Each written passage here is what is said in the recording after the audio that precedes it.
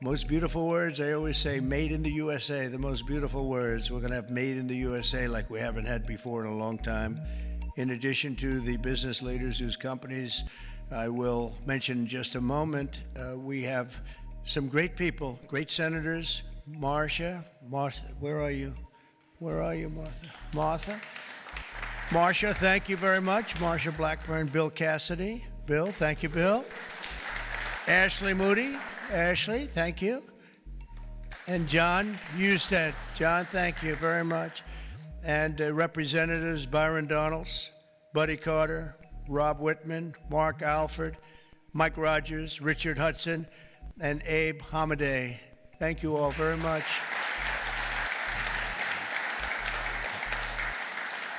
We have Mike Kehoe, governors, Jim Pillen, Kevin Stitt, Mike Dunleavy, along with numerous other members of my cabinet, and I want to thank you all for being here. How come my cabinet has such good locations? You should have given them up to the business leaders. We want their money, you know.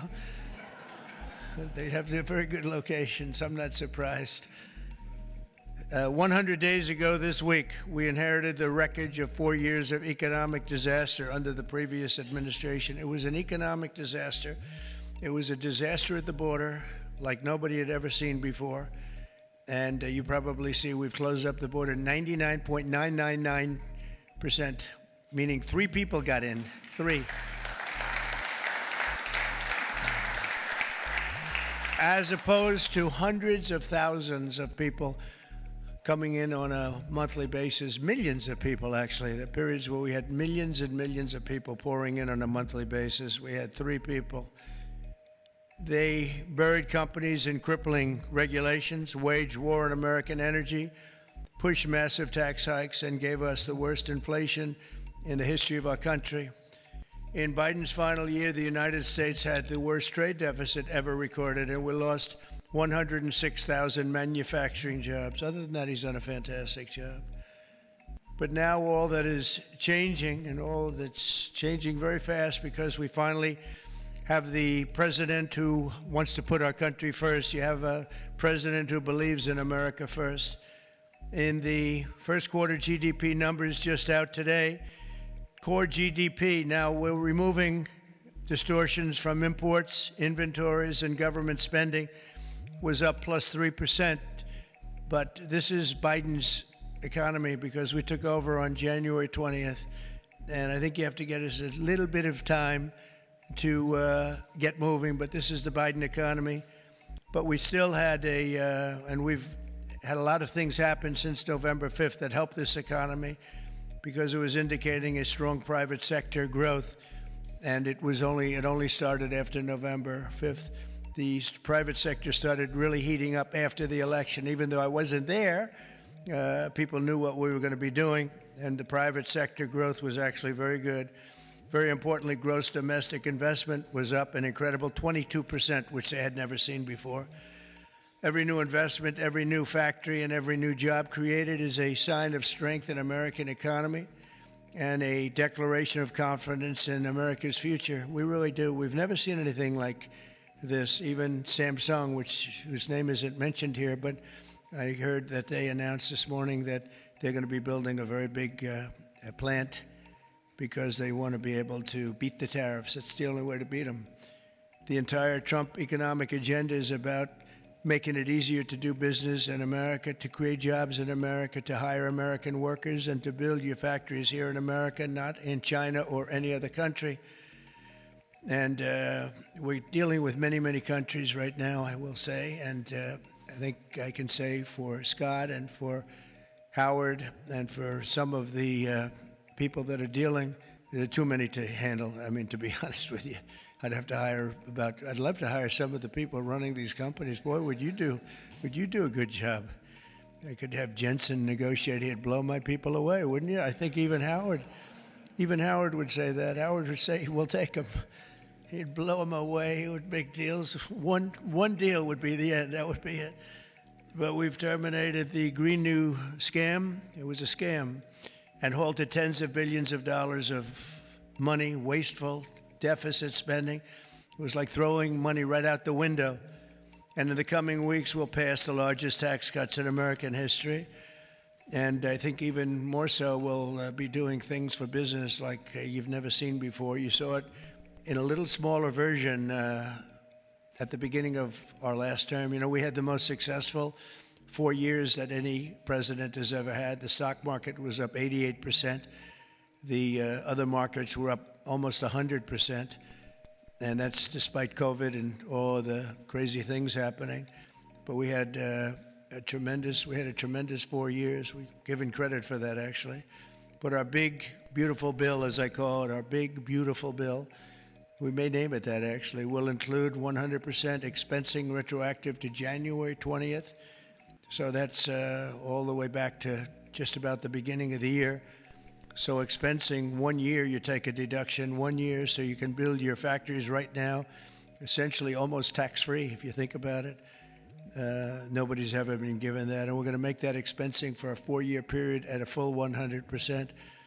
So last time we made it 1 year, and you had deductions. You'd do from 100% to 80 to 60 to 40 to 20 to Zippo.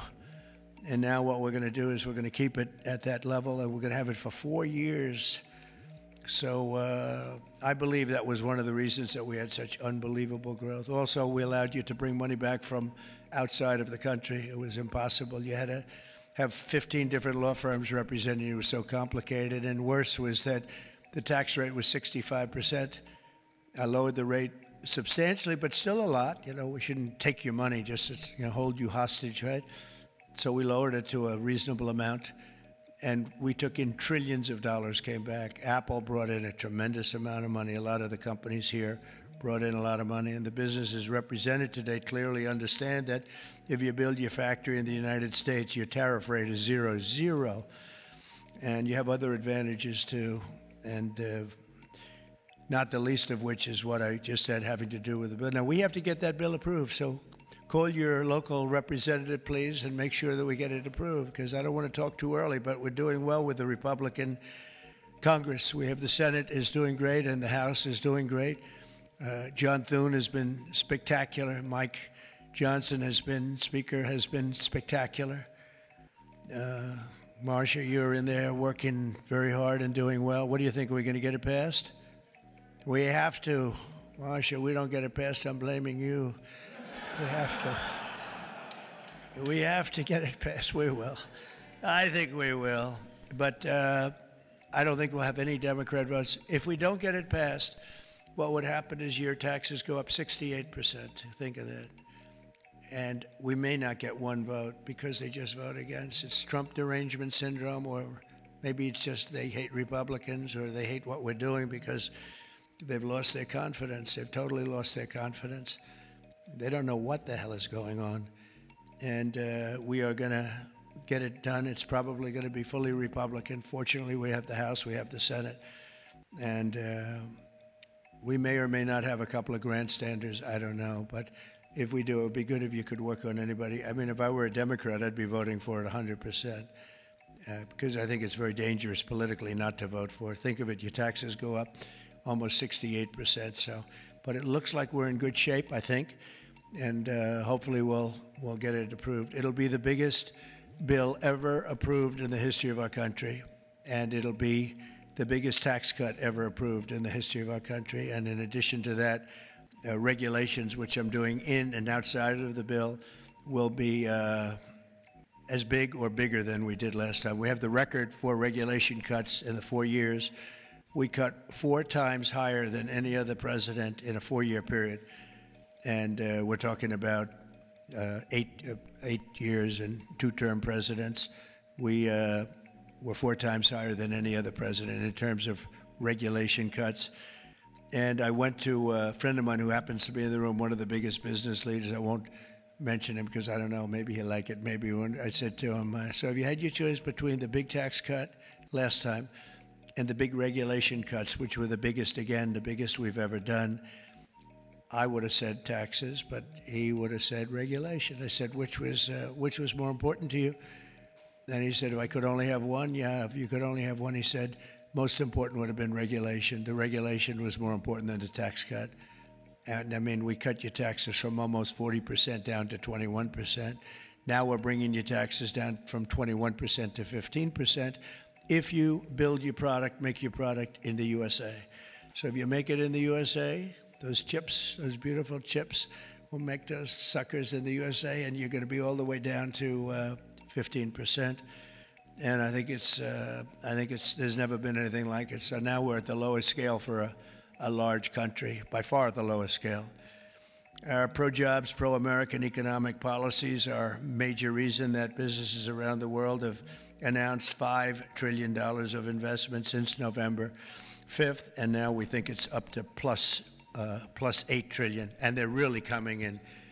They're really coming in fast. Some of them don't bother calling us. Some of them don't even want meetings. They just start their plants and start their factories. I want to express my tremendous appreciation to the business leaders here. You are really an amazing group. This is a who's who. I don't want to say, there's an expression if something ever went off, the entire industry would be wiped out, but I won't say that. I want to think very positively, and that could never happen here, could it? But I want to congratulate you all on your incredible success and accomplishments. You've been amazing. You're the biggest and the best.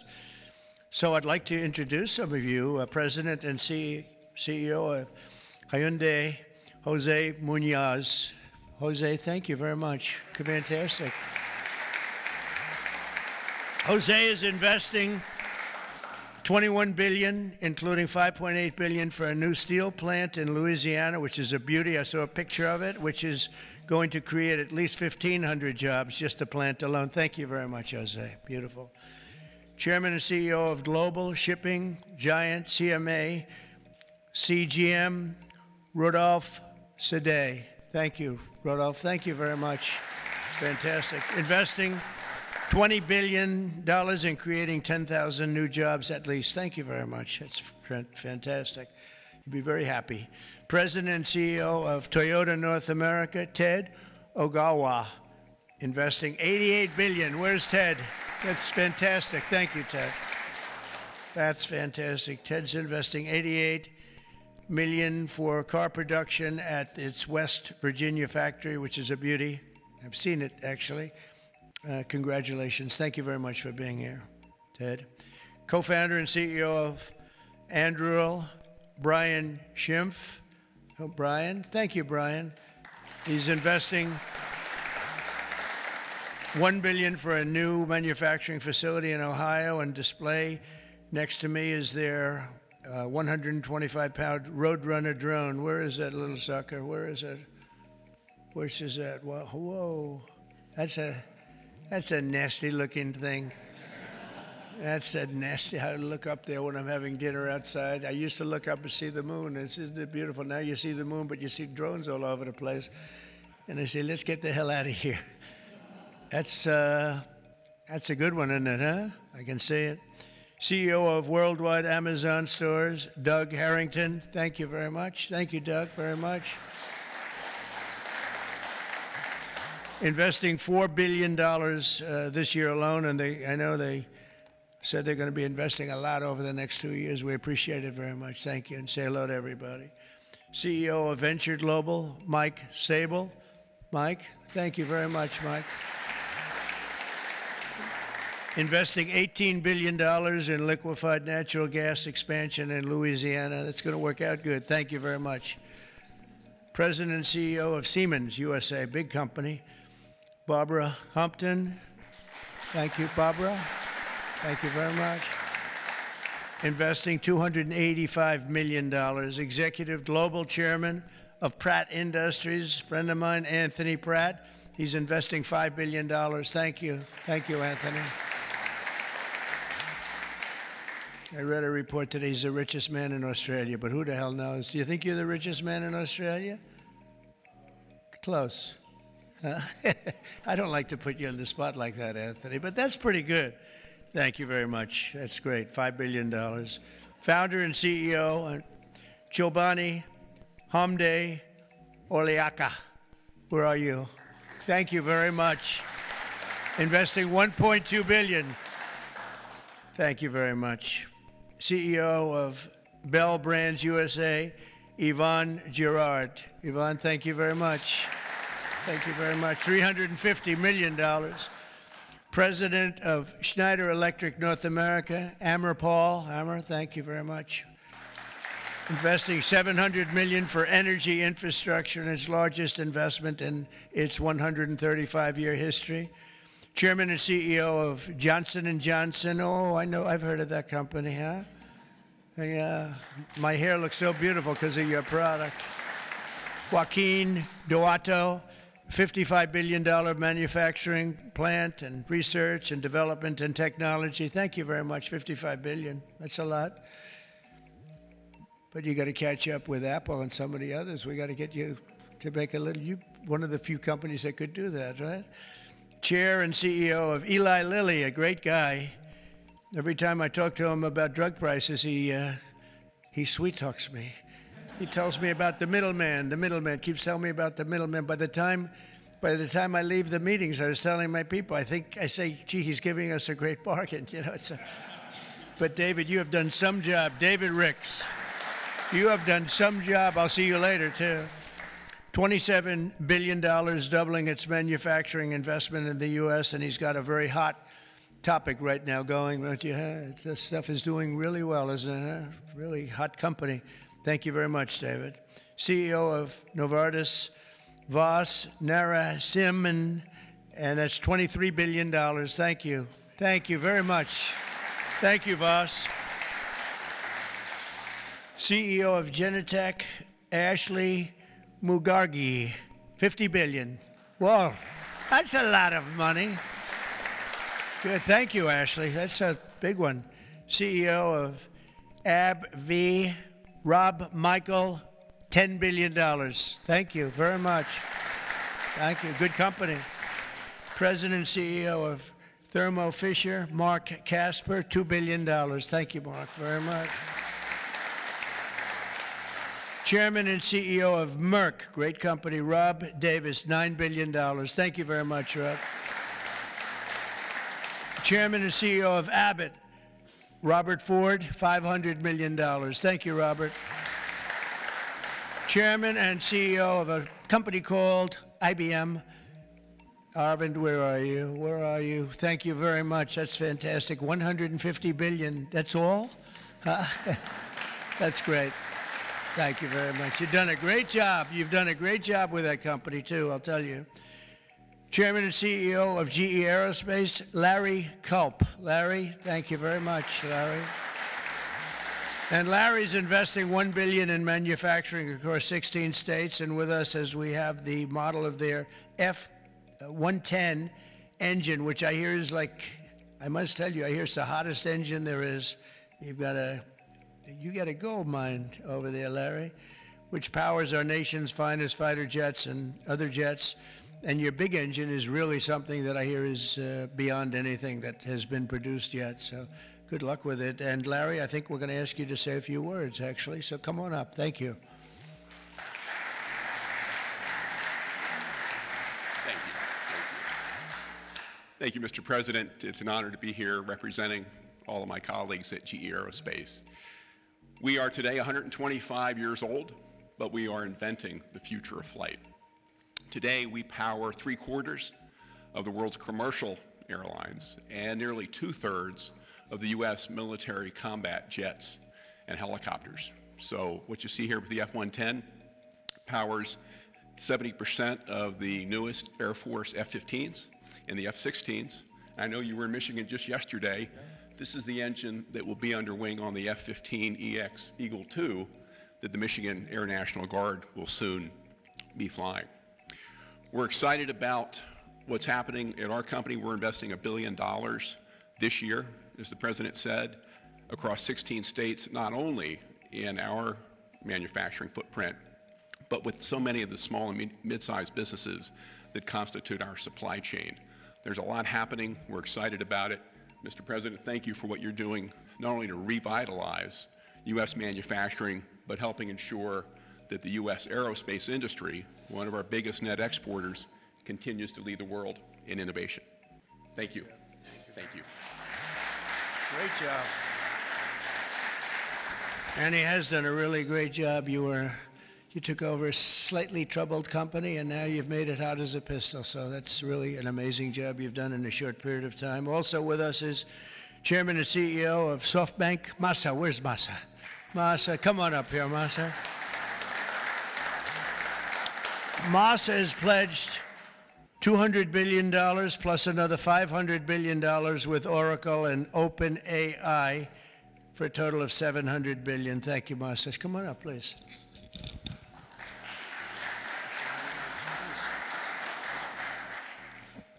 Well, first time of Trump administration, we made an announcement, commitment, $50 billion.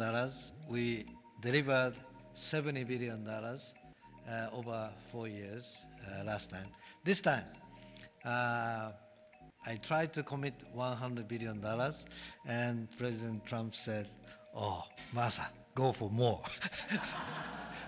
so we did the $200 billion commitment, and then right after that, we SoftBank, OpenAI, Oracle, and MGX together, we announced $500 billion investment. This is the largest investment for infrastructure in the United States, investment. And I think this is more than the scale. The importance is this is the largest infrastructure for the AI, which is the future of mankind, I believe. It's going to change every industry, every way of how our mankind's lifestyle of the future. I am committed. U.S. is the center of innovation. U.S. must continue the leadership of AI. Thank you very much. Thank you.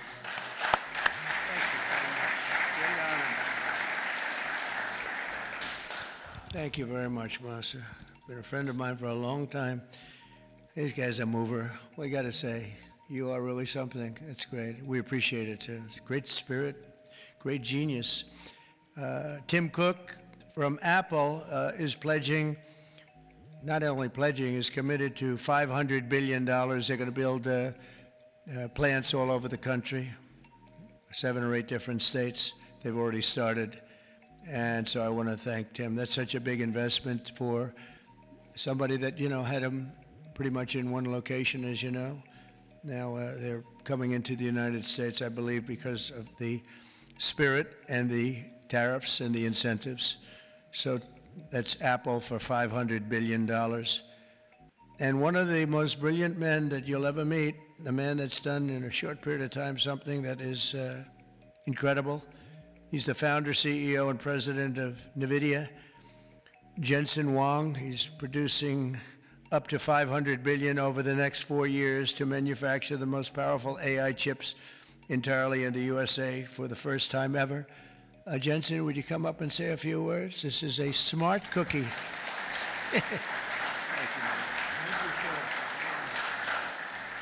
Thank you, Mr. President. It's a great honor to be here. NVIDIA reinvented computing for the first time after 60 years. In fact, Ervin at IBM knows quite well that the computer has largely been the same since the 60s. The IBM System 360 described really quite perfectly the computer that we use today.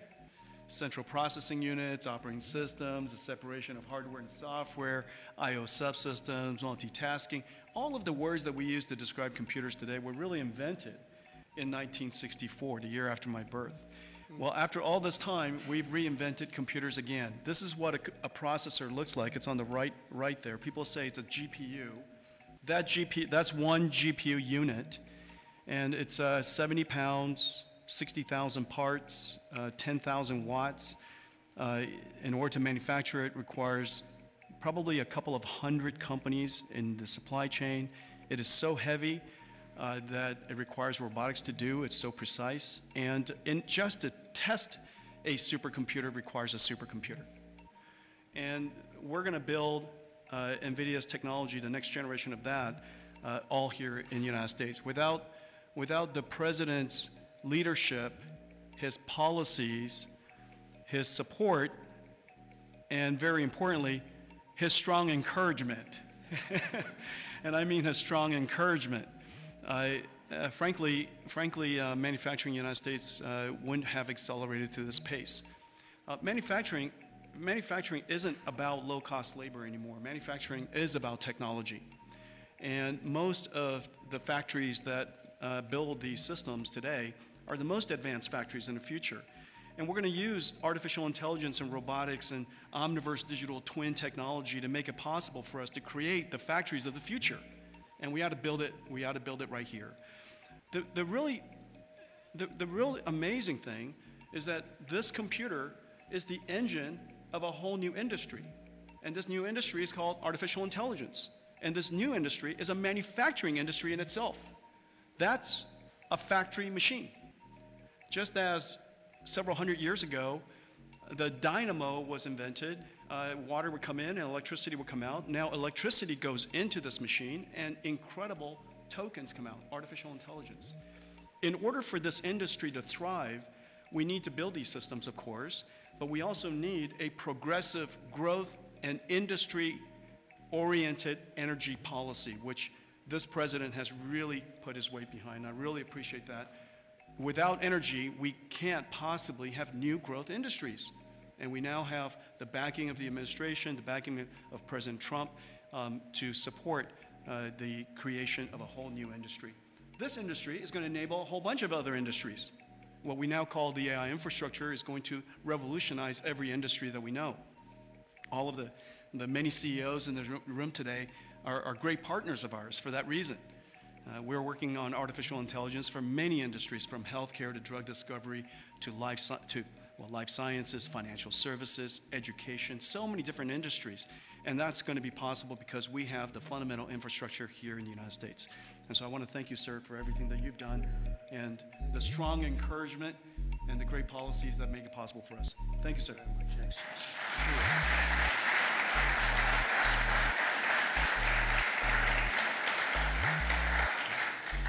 Another brilliant man. You know, we have brilliant people here, and we like brilliant people, actually.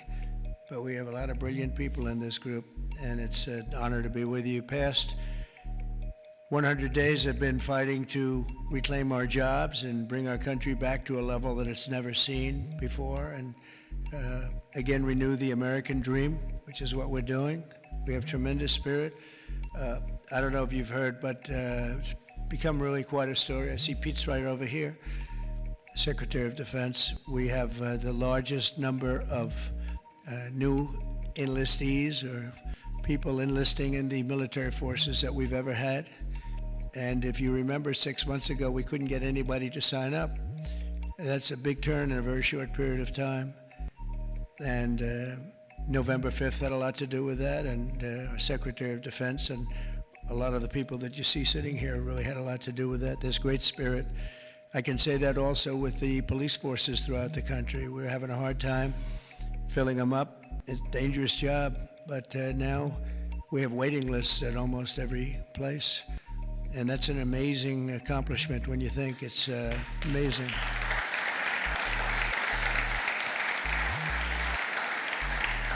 And when I first came here, you remember just 3 months ago, I came in and they started screaming. The fake news was screaming. They were going crazy about eggs. I don't know about eggs. What's with eggs? Tell me. They said, their cost is up 50%, and you won't have them for Easter. I said, well, I'll have to get onto it, but this isn't my problem. This is Biden's problem. I've only been here for 4 days. They're screaming at me about eggs like it was my fault. I just got here. Didn't know anything about it. We got it taken care of, and eggs dropped 87% in the last short period of time, and everybody had eggs for Easter. In fact, we had a big Easter egg hunt on the lawns. We had 48,000 people actually came, and we had a lot of eggs. I don't know how many, but there were a lot. We didn't use plastic. They said, could you use plastic eggs? This is in early January, and I see our Secretary of Agriculture is here. Would you stand up? You did a great job. You got me out of a lot of trouble. Brooke Rollins. She got me out of a lot because they were trying to blame me for eggs, and I didn't know anything about it yet. Explain it to me. But we had plenty of eggs, Brooke, right, for Easter. There was no dearth. And we have another man in the audience who's maybe the most important man in the room because he's the head of the Environmental Protection Agency, meaning he's the one that approves all your plants. And when Jensen and some of the others came in about numerous of the others, especially having to do with AI, they came in, I learned a lot. Number one, I learned we need double the electricity that we have right now for the whole country, and really more than that. I mean, 2 times would be even better. It was like unlimited thirst for electricity. And at first I said, how's that possible? But that's, whatever it is, it's possible. That machine that you say you can barely lift is, I guess, it sucks up a lot of energy. But we need more than double what we have right now. So you take all of the energy, even the energy in this beautiful, incredible, is this the greatest?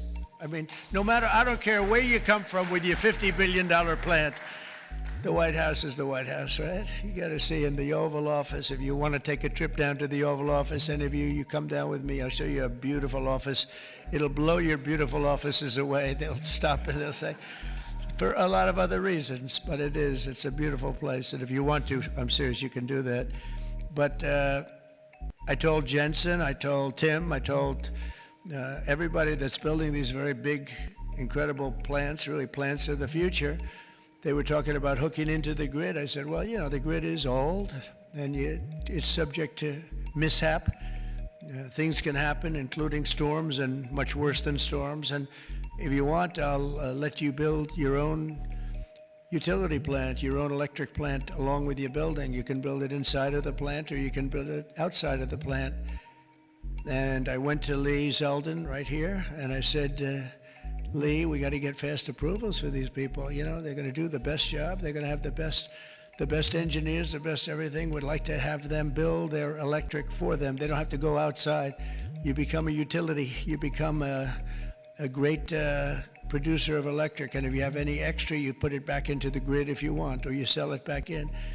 But you're going to be able to build, so this way we don't have to worry about do we have enough, because if you look at California, they have brownouts, blackouts, and everything else. They don't know what the hell they're doing. Governor doesn't have a clue. But the last thing you want to do is be hooking up to the California grid so that we can go in and you'll say, gee, we have to close down the factory for a couple of days. We have a little brownout going on. So you're going to be able to build your own plant and produce as much electric as your beautiful heart's desire. And that'll be something that nobody's done before. And we're going to ask Lee to get those approved very quickly. And he'll get it approved before you can even imagine. He's great. He's great. He knows the difference. You can take years to get those approved. I would say previous to us, it would be years and years. Or you could take weeks to get them approved, and it'll be just as good.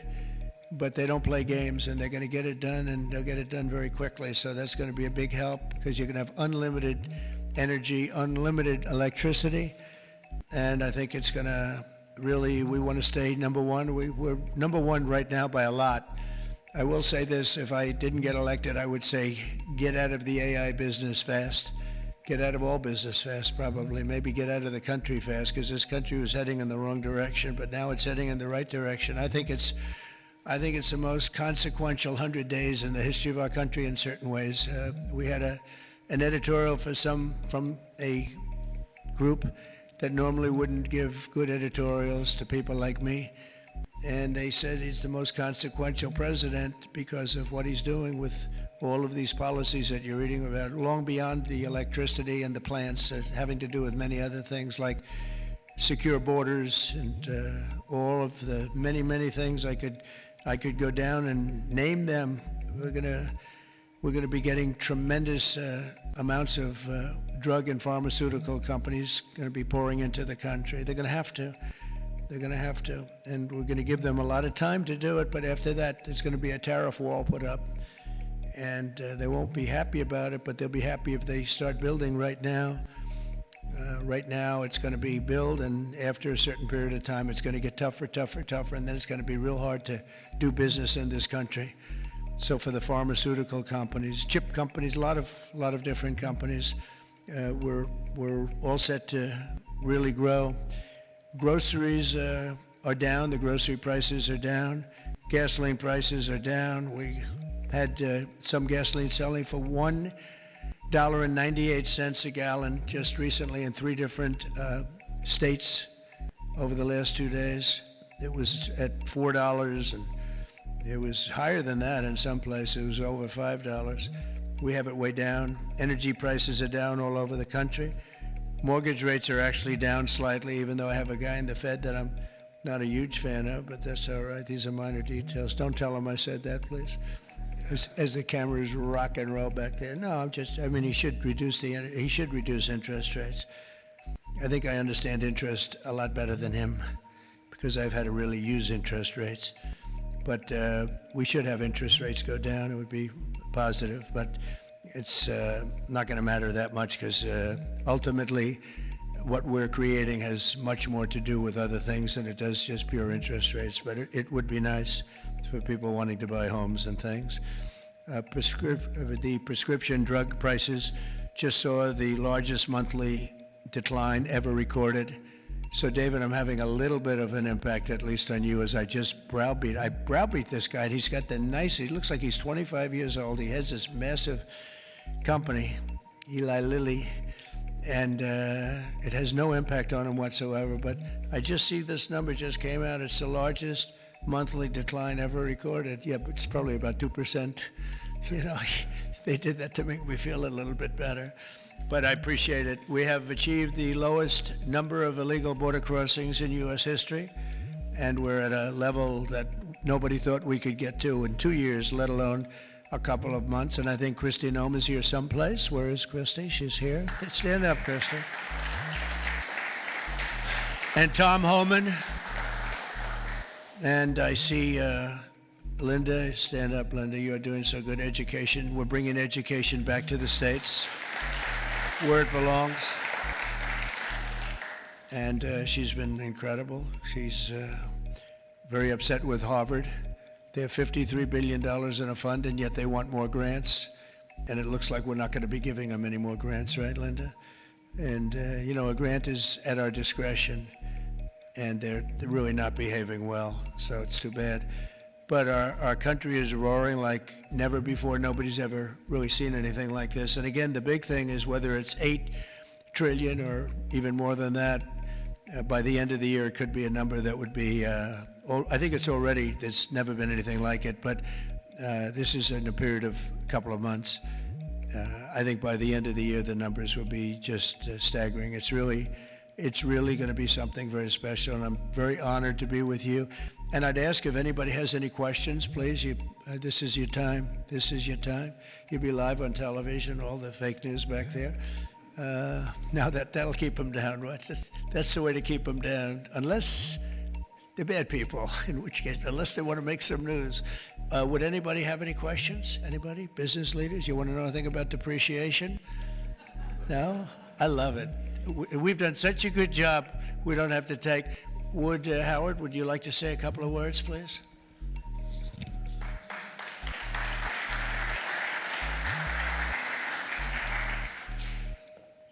The president talks about $8 trillion coming into America. And there's only one reason it's coming in. It's because he's finally set an industrial policy for the United States of America.